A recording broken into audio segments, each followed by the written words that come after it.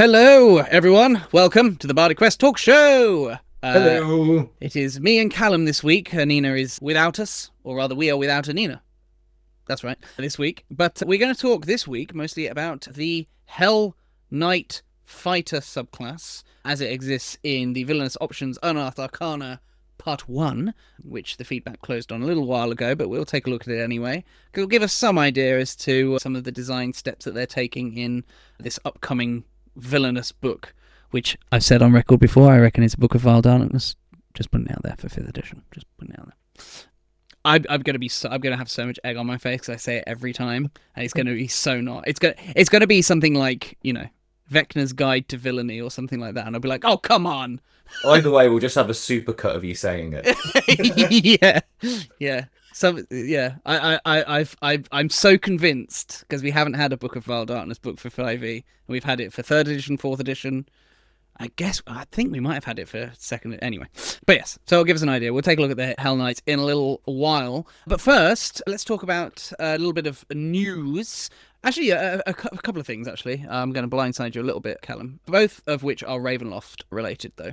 But the first one, the obvious one, being that the Ravenloft Horrors Within book, officially out next week, but is in early access as of last week. I have not yet taken a proper look at it. I do have access to it on D&D Beyond, but I prefer to have a physical book in my hand with a cup of tea, so I sit and flick through and whatever, than read things on a screen. Maybe I'm just an old man trapped in a 37 now, a year old body. An old man trapped in a not that young man. Yeah, but I mean, I'm not yet middle-aged. No. I'm not yet middle-aged. But I don't think I quite qualify as young adult anymore either. Just it's the last adult. year. It's the last year that we can claim to be mid-30s. Well, I don't know. Is 37 mid-30s or is that late? It's 30s? the very last year that we can claim to be mid-30s. Wayne, don't take. I see what you're saying. I see what you're saying. Yeah, at least for the next 6 months, I can at least claim still mid. After 37 and a half, it's officially late. I'm going to cling to that. Cling to it. But yes, so that has officially been out in early access, at least for about a week at this point. I've not had a proper look, but you haven't either, Callum. But we are hearing I've few seen things. bits and bobs. Yeah. I've seen and heard. Mm-hmm. The first thing I did do, I was like, I can't wait to have the book to know the answer to this, was to take a look at the Dark Gifts feats. Because I really we've had a lengthy discussion on my opinion on everything being turned into feats before on this, so I won't belabor the point. But I was actually not too disappointed actually by how they've done it. I won't bring it up on my screen here, but essentially there's a bit of a disclaimer on them. I say a disclaimer, it's not like in big red writing, it's just there in the paragraph, but basically says like, yeah, make sure you're asking your DM before you use these, which I was like, good Have a conversation. Yeah, that should be there. So yeah, that's it. With the DM's permission, whenever you gain a feat from the origin category, you can instead gain a dark gift. That is important wording. Yes, with the DM's permission. Indeed. And there's also a written prerequisite into each of them that it must be a Ravenloft campaign, which I also really like. Nice. Yes. So obviously, as a DM, you can overrule that if you like, but yes. like that they're being like, now come on now. I wish more things had that in them. If you're doing Beyond the Witchlight and you just skipping through talking rabbits and things like that, and then all of a sudden you've got I am the Thorn of Hell. Coming in. Exactly. So yeah, so I was happy to see that. I'd like to see more of that across D&D books, where it is kind of like, no, we're putting this in this book with the expectation that you're using it for this purpose, rather than kind of a little bit more vague. Because when you have those vagaries, that's when you end up having players going, oh, I've created this character build, and you do a quick scan, and you're like, yeah, okay, that looks fine. And then it's 10 sessions in when they're like, I'm going to use this thing that you missed on my character sheet, and you're like, oh, now I've got to be that bad guy to be like, no. So I like the fact that those kind of guardrails are built in, which should be. I get all sorts in my, because I run a lot of one shots. There, people like to experiment with the characters more, and I'm fine. It's a one shot. It's a throwaway. I do have a couple of semi-regular players who they will rock up with anything but something that's in the player's handbook. Yeah. It'll be, I'm a Thry Cream, and I am with an oath of capitalism. It's just lots of things that you've been like, oh, is this in a book? Oh yes, it's from, and it will be from something like, I don't know, Acquisitions Incorporated, or one of the sort of more fringe books that that you find. And I'm like, have you found 3 things from 3 different source books that happen to really, really mess things up when they're combined? Yeah. Okay. Yeah. As a side note, I do hope that, because they're doing a bit of a rebuild to the back end of D&D Beyond, I really hope they put in better filtering tools for DMs so that you can be like, this book, this book, this book. That's your lot. Because it's really... I've started just moving everything over to... Because I run all my games, at least my public games, on Foundry. And I've just been doing everything native in there because I can be like, no, these are the books you have. That is it. Spell? Yeah, right. Yeah, that happens a lot. Like, what is this spell? Where did you find it? Although I can normally tell if it's what I call a Matt Mercer spell pretty quick. When somebody describes what it does, I'm like, this is from a Critical Role book, isn't it? He's like, a little bit of power creep gone. A little bit. My God, little bit. A little bit of power creep. My goodness, no. They're fun spells at the Critical Role, but sometimes I'm like, you didn't playtest this, did you? They playtested it. It's just that millions of people were watching them while they did it. Yeah, right.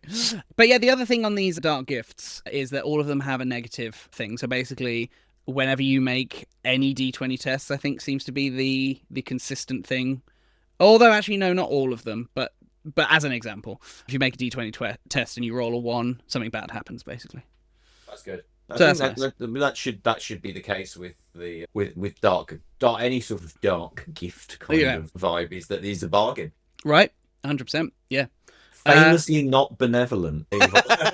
Yeah. So yeah, so I was pretty happy with that. Was my main concern with this book, was that the dark gifts being feats was going to be a bit rubbish. I mean, I still would prefer them to not be feats, but I feel like the guardrails they've put in place is enough. Yeah. That they will feel less... They've basically wrapped them up in feats because everybody knows what a feat is, and they don't have to write paragraphs of text to explain. Yeah, I was going to say, that's probably the reason why they don't want to introduce new terminology. Yeah. Yeah, which I can understand. Also, you don't want it to end up... if you don't want it to be a thing where you're stacking feats and these and this and that. Do you know what I mean? Whereas it's that you can take a normal feat, or with permission, you can take one of these ones. Yeah, right, exactly, yeah. No double dipping. My gosh. But yeah, so the only other thing that I really wanted to touch on here from what I'm hearing, because again, I've not sat and read through it, other than looking at the dark gifts. The other thing that I'm hearing is that this is really a reprint of Van Richter's Guide to Ravenloft. About 80% I'm hearing of the content is a rehash, not necessarily a copy and paste, but a rehash of old content. I had those concerns when we initially discussed when I saw, especially when we saw that most of like the subclasses that were being printed were ones that hadn't, from what I understand, some have been fixed, they've been amended, but everything's been improved and tweaked. It's less like the sequel and more like a remastering. Yes.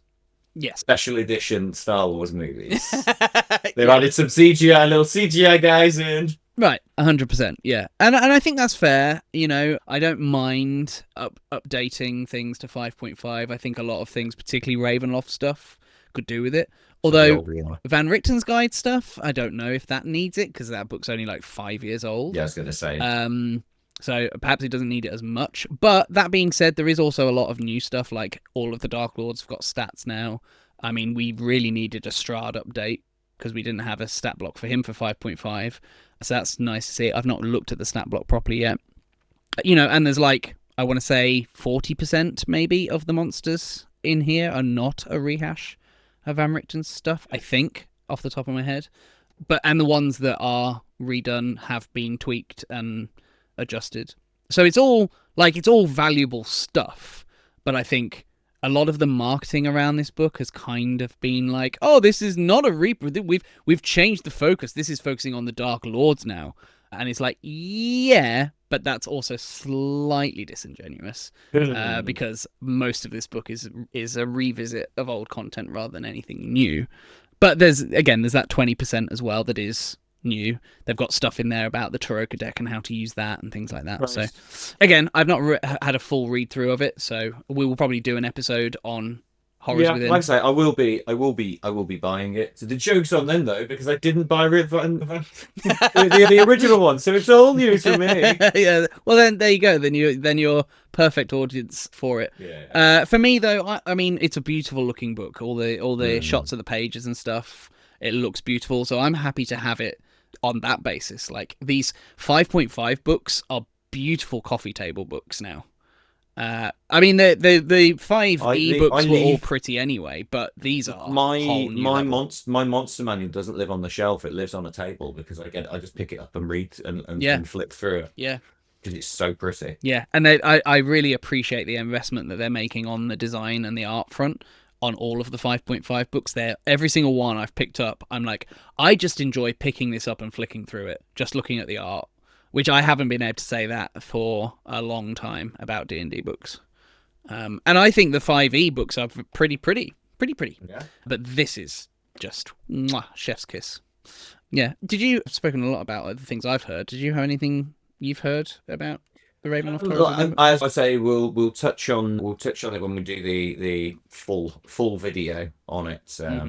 From what I understand, I've seen through other content and through talking to friends about and indeed reading some of the stuff online. But there's a lot of buzz about the Reanimator Artificer. Nice for Artificer to be. No, it's been officially acknowledged within 5.5 to actually sort of get something new. I've seen a lot of discourse around the Hollow Warden for it being the first ranger that starts to fix some of the limitations, shall we say, within the ranger. Yeah, which I know fairly well playing one.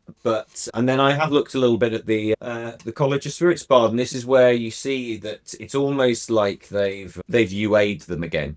Right. Like they've looked at the ones that were printed before and gone, like, for example, with the College of Spirits Bard, it's a little too random. A little too, like, how can we harness this? How can we give them some cool stuff that isn't just reliant on them rolling specific dice rolls? So yeah, there's some nice improvements and stuff there. We'll see how, if that is what they're counting towards, the sort of 80% the same, but it's been tweaked, then I've not a problem. Yeah. But if they've gone, but we've actually just made general improvements in quite a few spaces, which is what's needed for a fight. Whether it's needed, I suppose, is after 5 years, but it is a new-ish system. Yeah, this feels like a game patch rather than an expansion pack. Yeah, I would say. Yeah, which, generally released for free, but we'll. Yeah. I mean, normally you don't get a book though with your. At least it's not. At least they're doing it as a full book, and they're not just releasing it on drops, kind of thing. As a. Oh, I wasn't planning on talking about this, but we probably should actually, because more drops came. We won't go into detail like we did last time, but some more drops came. The big June drop came. Do you see any of that? I have not. Sure. We got 3 new monsters, angels, the Angel of Death, the Angel of Obsession, and the Angel of Slaughter. Oh, sorry, 4 new monsters, the Angel of Vengeance as well. We got 3 new spells, the Searing Orb, the Tortoise Shell, and the Void Stone. We got 3 magic items, the Amulet of Retributive Healing, which basically, if you heal someone, you can expend a charge to heal for the same amount of HP, which is nice. They have Eternal Chalk, which is a chalk that never breaks or wears down and leaves marks that only you can erase, which is pretty cool. And then the Salubrious Armor, which gives you a brief bonus to AC when you're healed, which is nice. And then we've got a few maps and a couple of encounters, or a encounter as well, and some other, what's the word I'm looking for? Stuff. I think, yeah, it's interesting. Obviously, there's. I'm glad that they haven't come out with more feats and things like that. For a second in a row, because I do have some concerns with drops.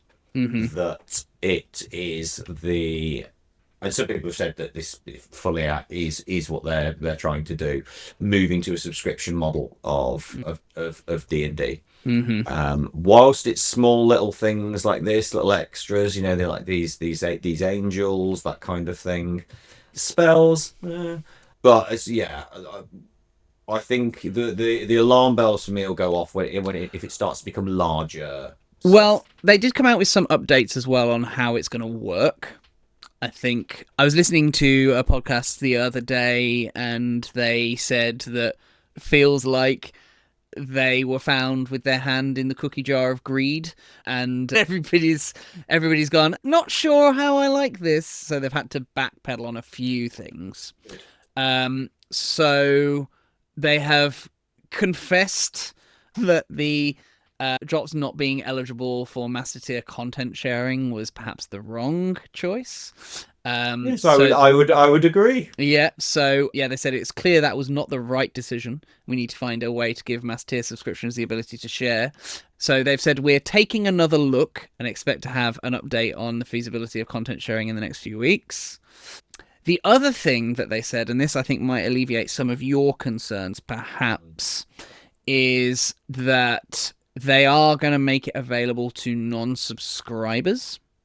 How they're going to do that is they're going to release at least a yearly D&D Beyond drops bundles in the D&D Beyond marketplace every year in May, covering the previous year's content. So people can just go and one-time purchase all of the drops from that year in one go, so that it's not... Because I think there was that feeling of, you're trying to lock us into a subscriber model and we don't want it. It does feel like the people that are making these decisions that get the backlash are sitting in a room, and every conversation starts the same with them going, yes, we've got the DMs spending money, but they've got like 4 to 6 players. How do we make them spend money? Yes, 100%. 100% agree. That very much feels like the tone, doesn't it? And the truth of the matter is you're not going to. The only way they can make that happen is if they get rid of the DM, and if they get rid of the DM, the whole thing the hobby will die. That sounds quite dramatic, and I am being deliberately dramatic. But what makes D&D so great is that the DM can respond to what's happening at the table, and no amount of pre-writing an adventure or all of these various scenarios, you cannot account for every possibility in a written book. So you need the DM to make the magic work. It's why I'm not worried in the long run about AI DMs. Right, 100%. Because not that I don't think they'll attempt it. They will. No. They'll attempt it. But I think they'll realise that they'll be eliminating their main customer. 100%. The people that spend money are DMs. That's not the average player. If you want to make money off the players, release dice sets. Just keep releasing dice sets. They'll buy them. Yep. Release little accessories and things like that. That's how you get your money out of your players. Merch is how you get the players. 100%. 100%. Which they're leaning back into, which is nice. They're going to be doing reference cards and stuff later in the year. Like they used to be, like Gale Force 9 used to do. I've got some in a box over here for all the 2014 stuff, which are really nice to have instead of... If you don't want to be stuck to a laptop at your gaming table where you're having to look up everything, it's really nice to have these cards so you can just have them on your character sheet and be like, right, what's the card that tells me how that works? It's a really nice game tool. Those sorts of things, really good for getting players to spend money. D&D Beyond drops, not so much. What I'd really like to see, and I don't think they will, but what I'd really, really love to see is for them... to me, this feels like low-hanging fruit, but again, I don't think they'll do it. Give us a Dungeons and Dragons annual, which has got all of the D&D Beyond drops in it. You just took me back. You just took me back. So just to turn around to childhood, and you get like the Beano and the Dandy annual, and right. Oh yeah. But am I right or am I right? Yeah, Give us a yeah. D&D Beyond That's like annual. the best of with the Uh-huh. yeah. You get some cool like lore drops in there. You know how they do like those. They've got those books that are like art books, but they've got lore and stuff in there. I can't remember like the adventure. I can't remember what they're called. I know what you mean though. But I they've think got that's a officially way, published ones. and that is a way, like the same doing these bundles. It is a way of getting people who wouldn't ordinarily buy it to buy the product. Right. Because also the other thing is you want to be able to take your D&D Beyond drops to the game table without having to be on a laptop. And if I've got a physical book, even if it's a soft cover, like if I've got a physical book, then I'd be like, right, guys, you got your 2026 D&D Beyond drops annual. There you go. You can use anything in that as well. Like that's cool, I think. But I don't think that's going to happen because they want to put these out for as little money as possible and make as much money as possible doing so. And the book's going to cut into their profit margin. So we're probably going to have to compile them and print them ourselves, which is fine because somebody's going to do it. Somebody's going to compile them all into a PDF at the end of the year and put it out there. And people are going to buy that PDF, print it, and sorry, Hasbro, you're going to lose out on money because you're not putting it out in physical form. Gotta play the game, Hasbro. Gotta play the game. Gotta play the game. Every other publisher puts things out in PDF. But Hasbro don't like to. Cool. So a lot of news actually. For considering I was like, oh, we've not got much news. We're just gonna talk about Ravenloft. There was a little bit, there, which is good. But shall we talk about the Hellknight? Yes, let's. So this is again, as has so often been the case with some of these. This has a little bit long in the tooth now, but we're committed to going through these at this point. I feel like we've got sunk costs on this. We're like, no, we started, so we'll finish. So we're halfway there, I think. We've got getting 3 there. left, including this one. Well, this is from this play packet, at least. We got more to come. But yes, so this is the Hellknight. Now, you were saying to me, Callum, obviously we'll get into the nitty gritty, but you were saying to me you have many thoughts on this one.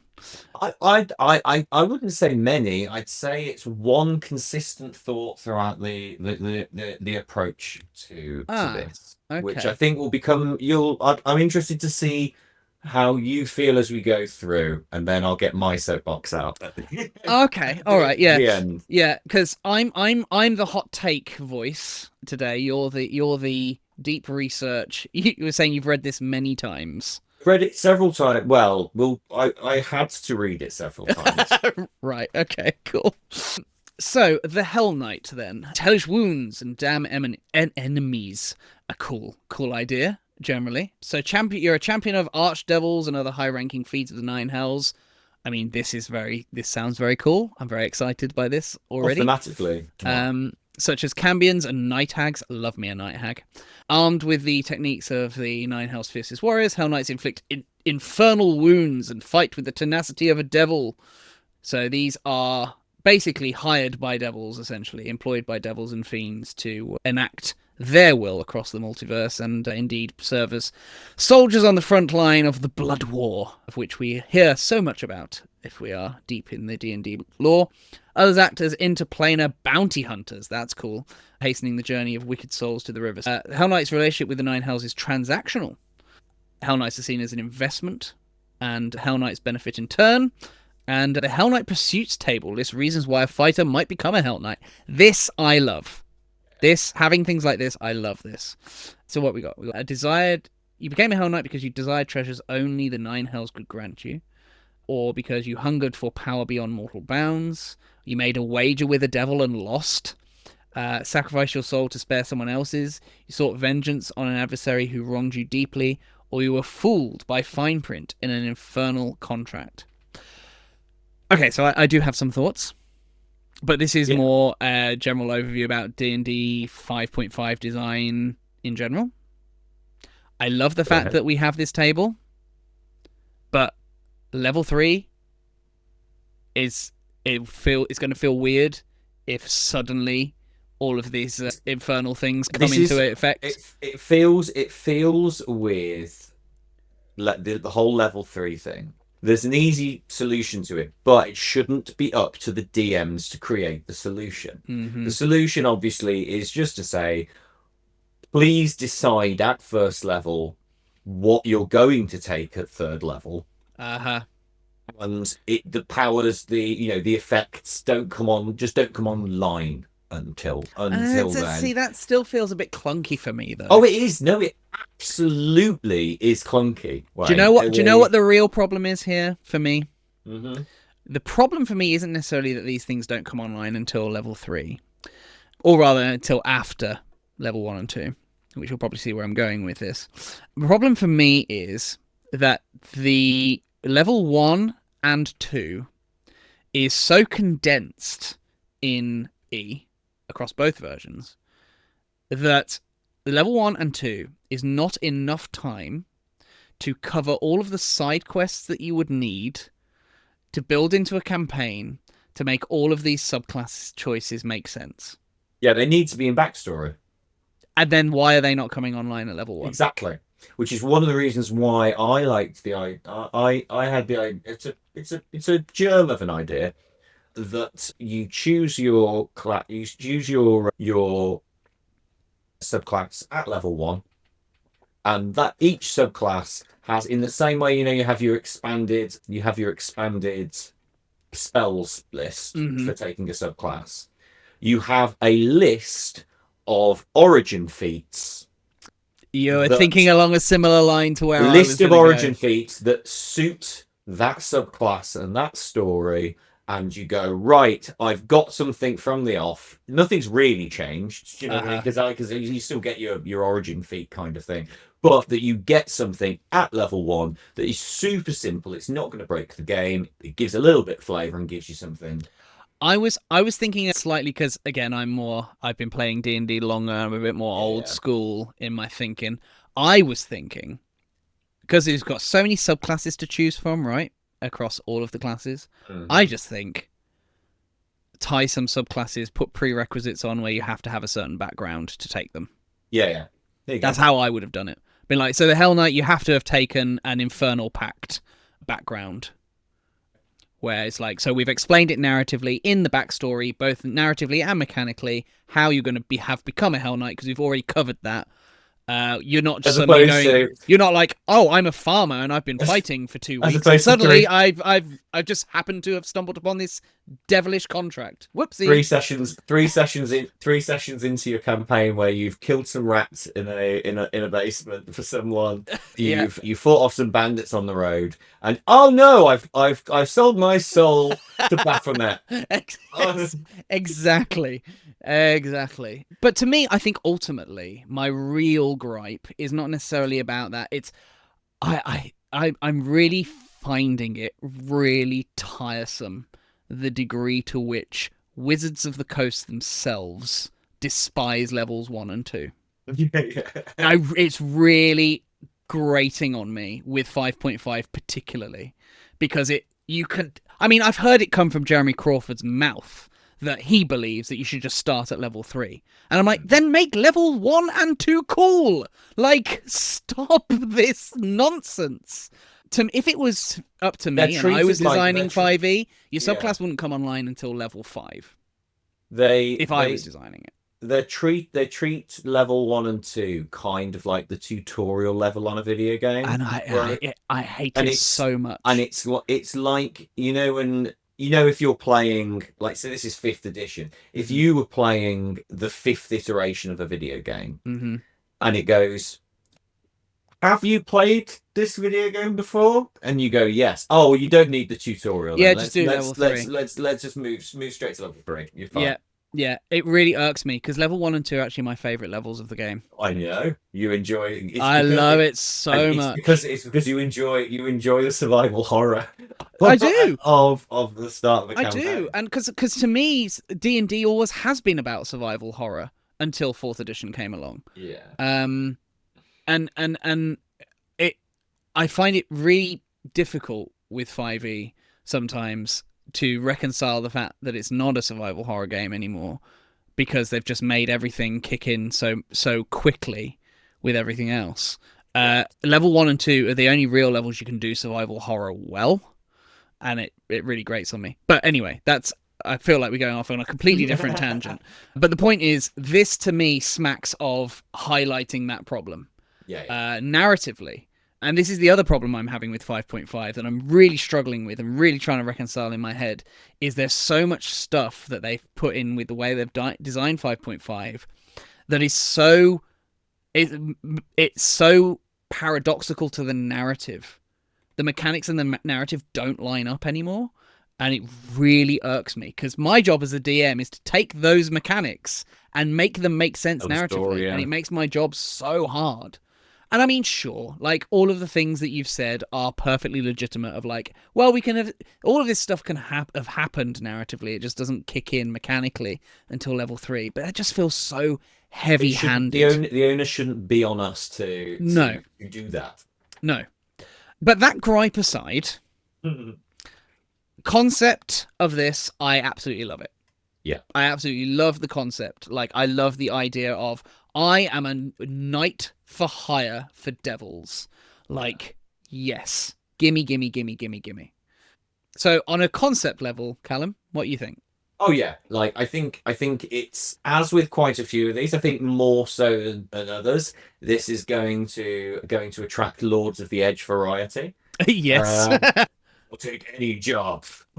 Yes. But those for whom the phrase "no women, no children" has never exited their lips, they're like, no, give me the worst. Let me work for the worst of the worst. Yeah, right. Yeah, no, it's a cool concept. I really like it.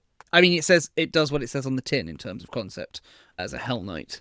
Yes, okay, cool. So happy with the concept, very cool. I'm already getting like a lot of like I'm getting like a lot of Oblivion, Daedric Knight kind of vibes in my head is what I'm seeing. So that's good. Now let's take a look at what you get. You get 3 features when you take this. Yeah, 3. We'll go through the third one is the meat of the matter. The first 2 are kind of toppings. All right. Well, we'll blow through the first 2 quite quick. So, first is Diabolical Gift. Then, as a soldier of the Agents of the Nine Hills, you've been given fiendish powers. You gain the following benefits: you get Devil Sight, which is very nice at level 3. Up to 120 feet of yourself. I have had a Warlock on my old Curse of Strahd table, which had Devil's Sight up to 120 feet. They get that level 1, I believe.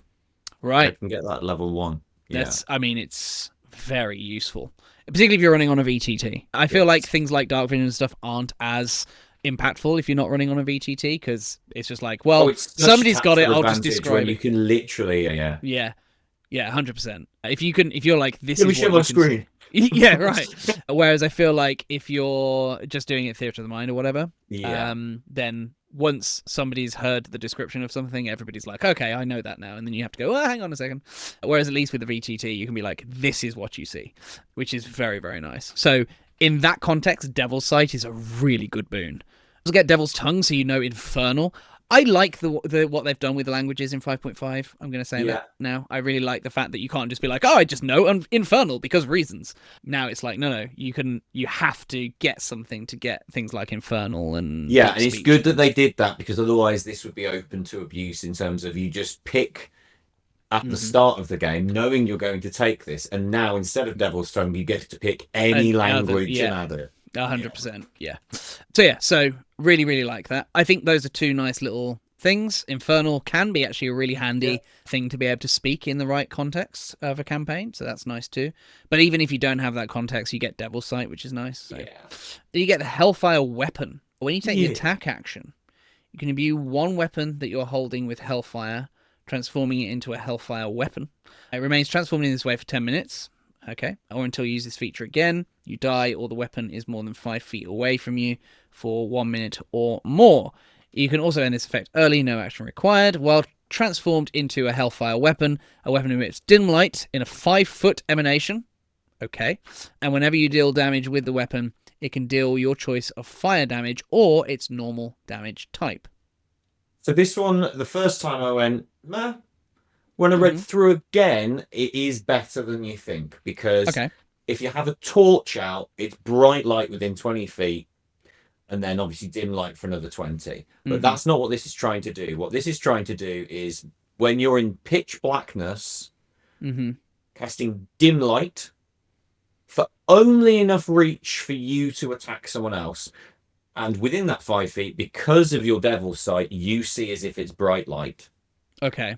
But to your opponent, you're still only in dim light. So it doesn't illuminate you and take away any disadvantage that they've got. They work together. But dim light doesn't give you disadvantage on attack No, it's rolls. just perception, isn't it? Yeah. Oh, I see. So it doesn't impact your stealth, is the point. Yeah. Yeah. So okay. It's not. It's like I say, these two are more. I mean, it's kind of giving lightsaber vibes, which as a Star Wars nerd, it's I'm a specifically, big specifically, I think Kylo Ren's in this instance. Yeah, right, right, 100%. Yeah, I mean, I like the visual. I'll be honest, though the 5 foot emanation of dim light is kind of it does, even as you've explained, it still does feel a little bit meh.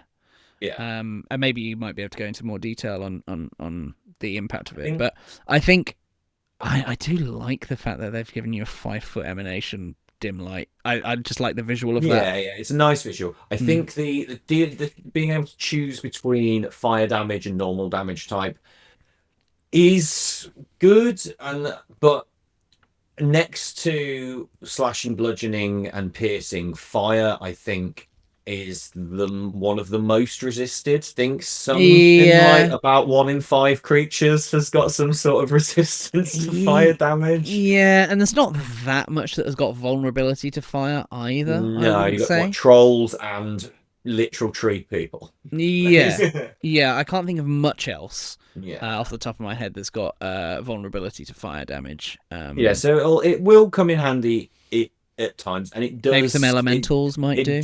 It does improve later, as we'll see. Okay, but yeah, at this point, I'd be there going, boy, what's the third thing? The third thing must be real juicy, So for me to start living my power fantasy at level 3, I feel like you're setting this up. I want to get your true impression. Okay, so let's see. Infernal Wound, then. This is your final feature you get at level 3. Your Hellfire weapon can inflict infernal wounds. So this is the same weapon we were just talking about that does the fire damage. So you have 1 infernal wound die, which is a d6. Okay. Now, inflicting infernal wounds once per turn. Okay, so once per turn, so kind of like sneak attack style. Yeah. When you hit a creature with your Hellfire weapon, you can deal extra fire damage equal to 1 roll of your infernal wound die and give the target an infernal wound. Okay, so we're doing a mini sneak attack with fire damage. Cool. While wounded in this way, the target takes fire damage equal to 1 roll of your infernal wound die at the start of each of its turns. Ooh, okay. This effect lasts for 1 minute until the target regains hit points, or until the target or a creature within 5 feet of the target takes an action to stanch the wound. The target can be affected only by 1 instance of this feature at a time. You can use this feature a number of times equal to your Constitution modifier, which a fighter's probably going to have a good Constitution modifier. You regain all expended uses when you finish a short or long rest. I mean, I think for level 3, so for level 3, I think it's okay because you've got the extra damage each turn on them. Yeah, I suppose that's where they balanced it compared to if they want to get rid of it, that's an action. It's using up their action to get rid of it. So not sure I like that. I think I'd rather them take a save. Personally. Oh, don't worry, there's saves coming. Okay. Don't worry. Plenty of dice get rolled in this class. Cool. This class loves rolling dice. Okay, cool. All right. I think it makes sense to have to kind of like out because I believe there are other instances where things are like a light and you can take an action to. Yeah, I guess it depends on like what they're going for narratively. If they're going for your wound is on fire, then I get it. To me, though, an infernal wound is more like a burning, like not on fire, not ignited, but so hot that your wound is kind of like melting and bubbling away. Yeah. Which I feel like that's more save territory than put the flames out.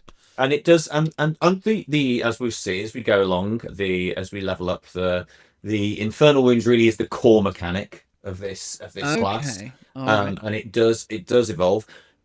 Spoiler, as I've read through this several times to try and find where it doesn't evolve in the way that we think. For example, that D6, don't be expecting that D6 to turn into any other dice. Really? The damage does not particularly ramp as we To be fair, though, I will say I don't know if a fighter needs more damage output. No, but I would argue that every other subclass of fighter does allow them to increase their damage. Yeah, no, that's fair. That's fair. I think one of the problems that Hellknight will struggle with as we go thing is that it is going to be held up against the gold standard of Battlemaster as we go through. As every fighter subclass is. And so far at this point, it is a Battlemaster with one maneuver, which is set on fire. Right. Yeah. No. Yeah. If you put it in that context, I 100% agree. Yeah. Yeah. Fair. All right. Let's take a look at advanced wounds. Oh, I would say I do like that it's tied to Constitution modifier, just as a variety thing. Yeah. Like Constitution is the black sheep of the. It's the boring cousin of the family. Yeah. We take it because we need that extra little thing, and it gets used in its nice instance, but it's got no skills attached to it. Yeah. We invite the Constitution score because it's part of the family, but if people are asking about Constitution, it's a bad thing. It's going to be a save. Right.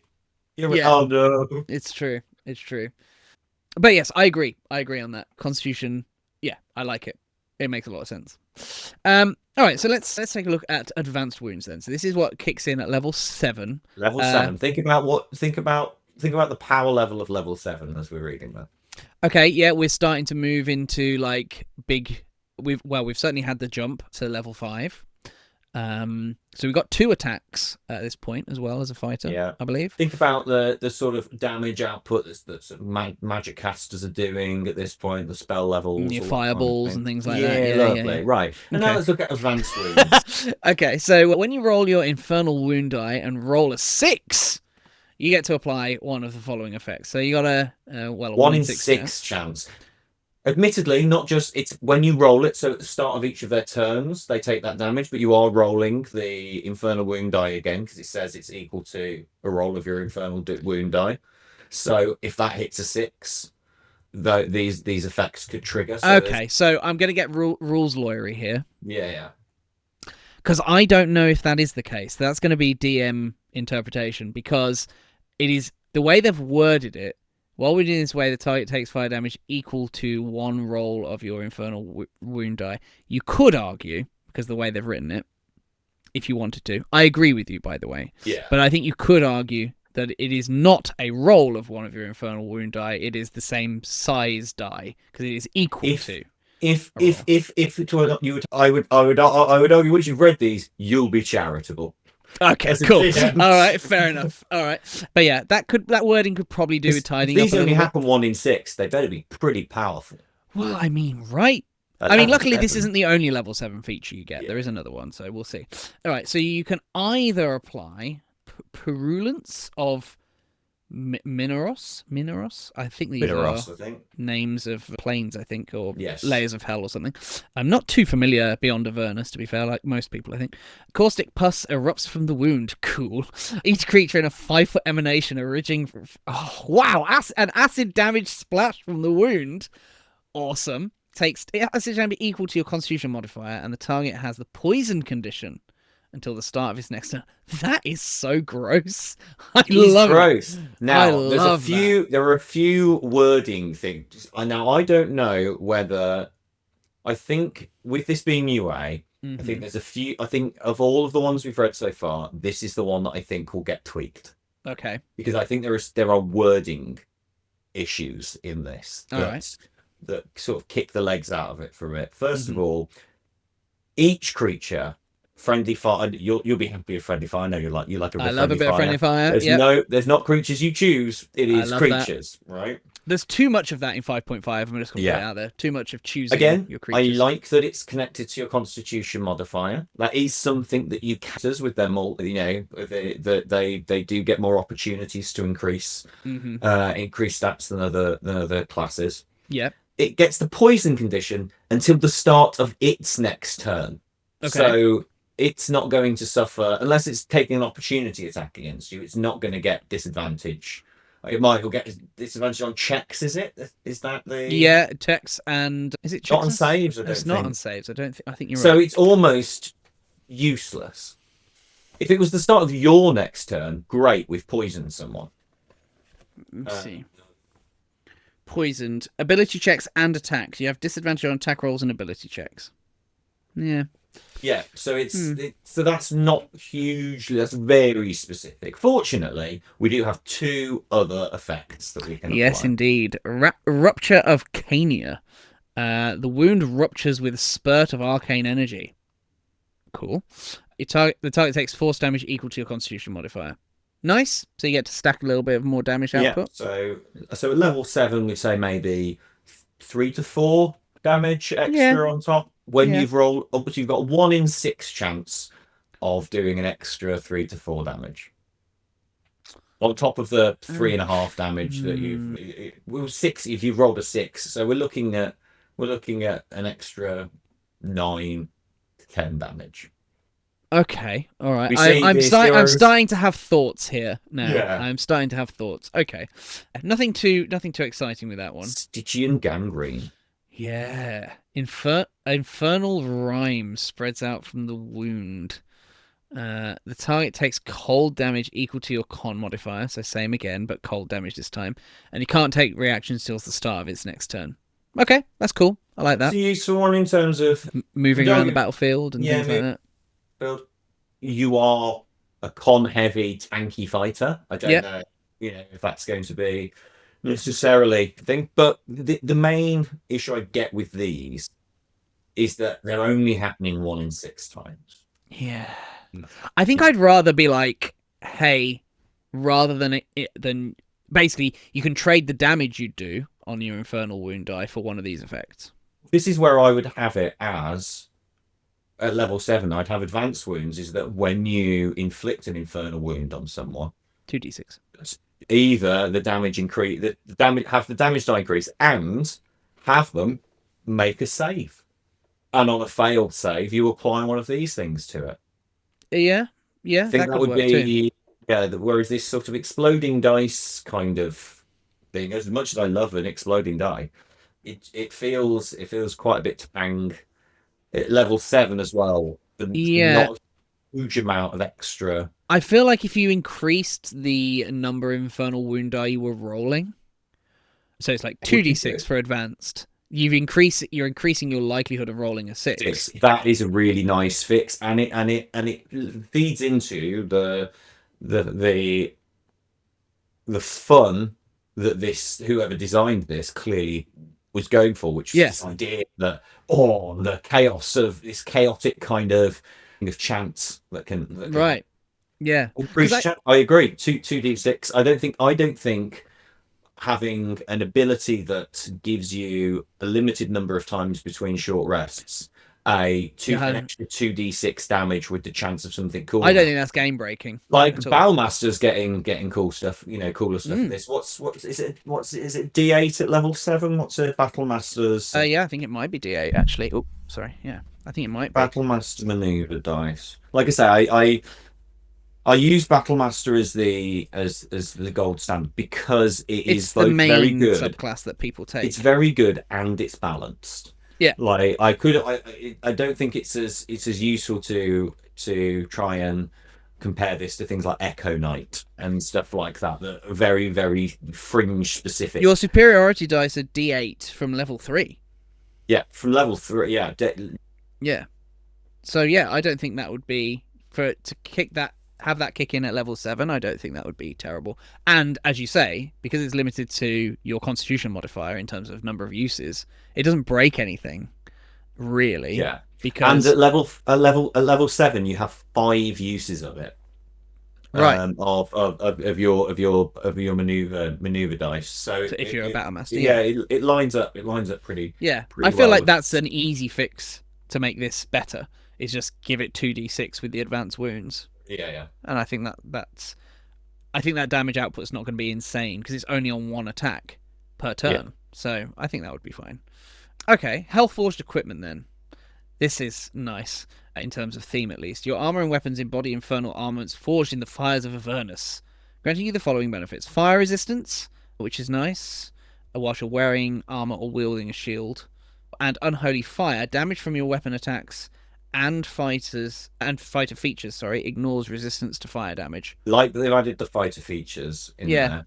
I like that too. It also essentially means that as long as you choose fire damage as your damage, no one's ever resisting your damage. No. Yeah, You're always nice. Doing which is what you want to do. You're playing a fighter with a flaming sword. You've chosen this class because you want to do damage. Yeah, that's a nice feature. I like that. No notes really. No notes. That's that one. Absolutely fine. That's a nice little.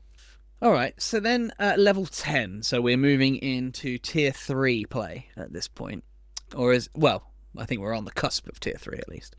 Hellfire. So when you use your action surge while wearing armor or wielding a shield, you can superheat your equipment, causing it to erupt with hellfire in a 10-foot emanation originating from you. Each creature of your choice in the emanation must succeed on a dexterity saving throw. The DC equals 8 plus your constitution modifier and proficiency bonus, so we're probably looking at around a 15 at this point, I would imagine. On a failed save, in fact, probably a little bit higher, maybe 16 or 17. On a failed save, a target takes fire damage equal to 1 roll of your infernal wound die and is burning. On a successful save, a target takes half as much damage. So you can trigger your advanced wounds with this too, huh? Yeah. Yes. That's nice. Equal to? Yeah. Yeah, fire damage equal to 1 roll of your infernal wound die. So it'd be the same thing. It's up to your interpretation of the. Yeah, no, I think in fairness, I think the intended ruling is that it is. Yeah. I was just being facetious because I could see some DMs going, but it doesn't say that it is your infernal wound die. It says equal to your infernal wound die. Which I think, considering action surge, you get. I think you only ever get 1, don't you? Does it level? I've not played a fighter. What's that? Sorry, the action surge. Action surge. You don't get. Do you get more? I think it's 1 per short rest. I think. Yeah. Off the top of my head. As it's a one-off. This is, and I'm getting more picky with this because it's level 10. Yep, sure, that's fair. I would get rid of the saving throw, right? Okay. I'd also get rid of the of your choice. I mean, it's a 10-foot emanation, so it is a 10-foot emanation. That's quite a big. It's a 10-foot emanation once per short rest at level 10. I don't think you got any more than 1 action surge at level 10. Yeah, the burning's quite a cool one. I think. Yeah, just 1 action surge. Yeah. Yeah, I think just because when I'm thinking of like level 10, this is for a lot of people. This is their. For a lot of campaigns, this is their last ability that they get. This is the coolest. Sure. This is very few campaigns get beyond this. I'm always quite picky with like level 10 around that sort of ability because level 10 is kind of like your mid-season capstone ability, I suppose. Yeah. But in reality, it's quite often the coolest thing your character can do in a campaign because we're not often going beyond. I have taken campaigns up to level 18, but for the majority we don't tend to see beyond 10. So fair. I like 10 to be something cool. This is fine. I'm being quite nitpicky with this one. I'm trying to think in terms of a 10-foot emanation, how many creatures you could get in that and have all of those chances. And it's quite big, at your infernal wounds. I guess this is why they didn't turn the infernal wound die to 2d6. Mm-hmm. Well, I suppose you could just say you could fix it with the wording with level 7 you say you roll your dice twice. Sure. It's still a roll. Yes. Yeah, that's true. You could do it that way. Yeah. I mean, I like this. I like this as a It's more interesting than the Battlemaster gets. The Battlemaster just gets a superiority die of D10. Right. Yeah. I like the visual, I like the narrative, and I like the mechanics of it, to be honest. Yeah. Because, I mean, if it's a 10-foot radius sphere, we've got at least a potential for, what, 8 creatures in there? Mm-hmm. So at least one of those, statistically, is going to be hit with the advanced wounds effect. At least one, statistically. I just wish that the advanced wounds were a bit better, because as we see, the advanced wounds have not improved as Right. we've leveled up. They are still Right. doing an extra level 10. Ooh, you're There's doing an extra. You're more still doing con damage, yeah. maybe 5 damage to someone, Yeah. to someone, and poisoning them until the start of their next turn. Yeah, it's that is Although in where that situation, probably your Stygian Gangrene's the one you want to go for. yeah, exactly. Because you're surrounded. You want to get the hell Yeah, out of there if you can, I suppose. So that's good. But yeah, it's not it's not compelling enough to convince the fighter to just go in and stand in a a situation where they're outnumbered 8-1. yes. Which, a fighter's going to do perfectly fine, but if the initiative order's bad, they might not do perfectly fine. That's quite the gambit, particularly if those same creatures have got pack tactics too, Yeah. which a lot of them will have to be like piling onto a fighter Piling, like that, yeah, I'd yeah. imagine, for it to be worth the use. Because the other thing is, it's a very specific situation that's actually valuable. Yeah. Yeah, I mean, for a level 10 feature, that is a little bit but I like what they're going for. I Yeah. feel like if you increase the emanation, This is fixable. I don't think that this is Yeah. a dead on arrival subclass by any stretch of the imagination. I just feel like this isn't the final draft. yeah, I think I'm agreeing with you, to be honest, as we're going through here, because the narrative is compelling, but the mechanics are not. I imagine this one got quite a lot of feedback, I because I don't think it's suspect one. so. I don't think it's one. Like I say, I don't think it's one where they just go, "This is rubbish. This is." Yeah, I think they've got a lot of feedback saying this should be this instead. yeah, Because I think you can see what they're going for. It just is slightly underwhelming in certain instances, and is a little clunky. yeah. I think I'd agree. All right, so level 15, Blister of Avernus. Your Hellfire leaves painful boiling blisters. When you roll a 6 on your Infernal wound die, you can roll another d6 and add it to the damage. The maximum number of d6 is that you can add to the Infernal wounds damage on a turn is 3. I like this one. I like what it's trying to do, but at level 15, it's going 1 in 6 of the times you get a chance for 1 in 6 of the times to get another to get a third one, and we're still only adding d6s at level 15 when you've got people with level 8 spells online, and you've got people doing all sorts of stuff. And we're going, I have the chance of doing a 1 in 6 chance of doing an extra 6 damage. This could cascade quite nicely, though. It could, if we're using the Ingram version with 2d6, then this very much nicely suddenly becomes. I'll put it. This is the other way: is at level 15, you're getting the exploding dice chance of doing a proportion of a much lower level rogue sneak attack. Yes, and also you could compare it to, is it Sorcerer's Burst that jumps? Yeah. I mean, you need a diamond or something worth 50 gold or something like that, for Sorcerer's Burst. But still, you can get access to that at level 1. Yeah. It just feels like it's for level we have to. It's level 15. This is this is Avengers Endgame. Thor coming down with his as a bolt of light, on a lightning bridge, and heavy metal starts playing in the background, and all hope I roll a 6. Yeah. I agree with you. It's just that to me it just feels like they've got the numbers wrong. I think all the concepts are great, the numbers are wrong. I think particularly if this is attracting the sort of player that wants to play that kind of, I am a Hell Knight who is avenging his, coming out and wanting to do a bunch of stuff and be like, nah, we rolled a 5. Yeah. Well, the other thing is narratively, like, a Hellfire Knight should be more potent than a Battlemaster narratively, or it should feel more potent than a Battlemaster. Has the potency. There's the potency of a toddler with a machine gun. Just something could go wrong. It's like, my blade is on fire. I will destroy you in the name of Asmodeus. And then the guy go, oh well, I bought this sword in the market 3 weeks ago, and I'm beating the shit out of you. Joke's on you.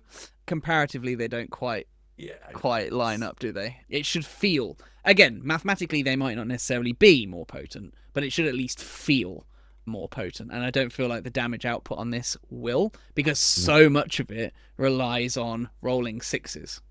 I think also this is something that you can only do up to about 5 times between a short rest. It's short rest, not long rest. So you can do this most of the time, depending on how combat heavy it is. But you can only do it once on your turn. So having your multiple attacks isn't gonna increase your chance of doing this. I think what they've tried to do here, and I think I understand the intent, is they've created a class which has got a frig ton of combos.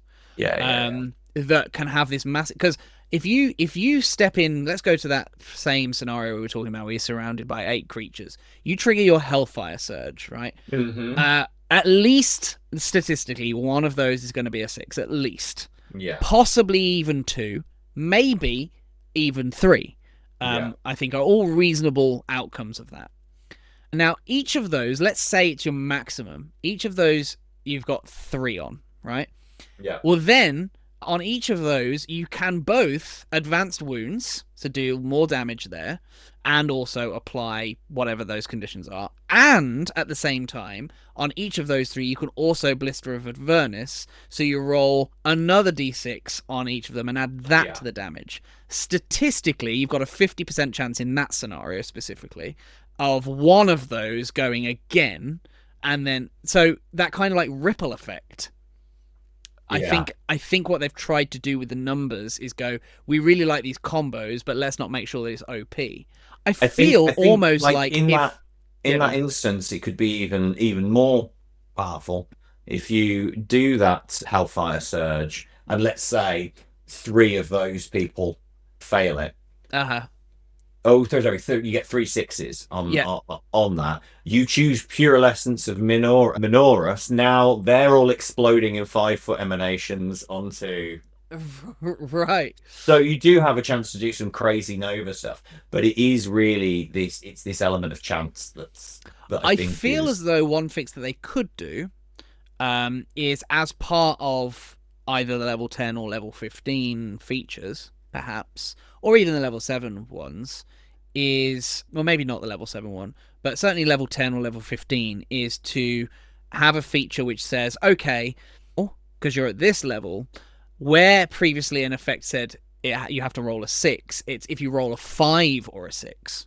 Yeah. Well, they do something better than that. Okay. Level 18. Okay. But it is a level 18 ability. Yeah. Okay. All right. Okay. Yeah. I've just skim read ahead, and I see exactly what you're saying. Okay. Cool. All right. Now let's look at level 15 then. So Blister of oh no, that's what we've just. That's what level 18. Sorry. So these are the last 2. So Hellfire Condemnation. Whenever damage from your Hellfire weapon or Infernal wound reduce a creature 0 points, the creature dies and its soul rises from the river Styx as a Lemure in the lair of the 9 hells of your choice in 1d4 hours. If the creature isn't revived before then, only a wish spell can return the creature to life. This is cool, but also who gives a damn, because the creature's dead. It doesn't actually impact the game. This is for a DM. Yeah. 100%. This is for a DM to have a cool thing where it's like, oh, well, one of the characters is in 0 hit points. It's dead. No saving throws. You're going to the 9 hells for 1d4 hours. Looks like you guys have got a side mission. 100%. I've got next session sorted. And it used to be very common. In fact, it was the done thing. Like, if you looked at published adventures for 3rd edition and before, NPCs would have character classes. Yeah. They've kind of stepped away from that since 4th edition. But what I'm looking at in all of the UA stuff for 5.5, there's so much stuff that has zero impact on player characters like this. Yeah. But as you say, you put this into an NPC and you give an NPC this subclass, suddenly it's like, ooh, this becomes juicy now. Dare I say that if there was going to be a subclass where this might actually be getting used, then this might be the one, because the players who are going to be drawn to the Hellfire Knight by its theme, probably the most likely to stab one of their party. Mm-hmm.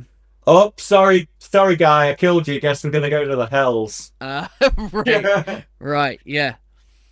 And yeah, I just feel like they are quietly kind of soft relaunching the idea of giving NPCs character classes again, because this has zero, like, from a player's perspective, this is all narratively very nice, but nobody gives a shit, because also you don't know if you're going to be it's very hard for you without heavy exposition by the DM, heavy narration. You don't know that you're going to be. It's hard to time if you're going to be the one that reduces it to 0 hit points. You're right, exactly. Yeah, so it's a bit weird. I like it from a narrative perspective. I like it, it's cool, and I like narrative abilities. I'd like to see more narrative abilities, but it does seem out of place in modern game design. Yeah. But I'd like to see more of this in the game, if I'm honest. So I'm glad that it's there. But then also we've got the Infernal bargain, which is what you were alluding to earlier, which is when you roll your Infernal wound die, you can treat a roll of a 1 as a 6, which is, as you say, a kind of better way of what I would. You're now getting that boost in damage as well, as well as it triggering the effect. But really, is level 18 subclass abilities for meh? For level 18. That's all a bit meh. I mean, not all level 18 abilities are created equal. Battle Masters is just a superiority die becoming a D12. That's also true. Yeah, that's also true. What are your kind of final thoughts on this, then, Callum? I know you have a lot of thoughts. The twofold. There's the things that I think can be fixed, because this is UA. We have to remember that this is put out there for feedback. Yes. If this was being printed in a book, I would have a different take on it. So we have to give it grace. Yes. And say, I think that these can be fixed. Personally, the advanced wounds I would tweak slightly. I think that Purulescence is fine. You just need to change it until the start of your next turn. Yeah. I think that makes it a good ability. Yeah. First of all, I think I would change. I personally would get rid of the exploding 6s. I would have this changed to, when you hit someone, they take a saving throw against you, and if they fail, you apply one of these abilities. But exploding dice are so cool, Callum. Exploding dice are cool. However, that brings me to my second point. Okay. I think the thing that draws you into being the Hell Knight, if this was Fey Knight, then exploding 6s to me would be like, oh yeah, because we're in the winds of chaos. We've been drawn to this because we want to throw ourselves into this wild, chaotic kind of thing.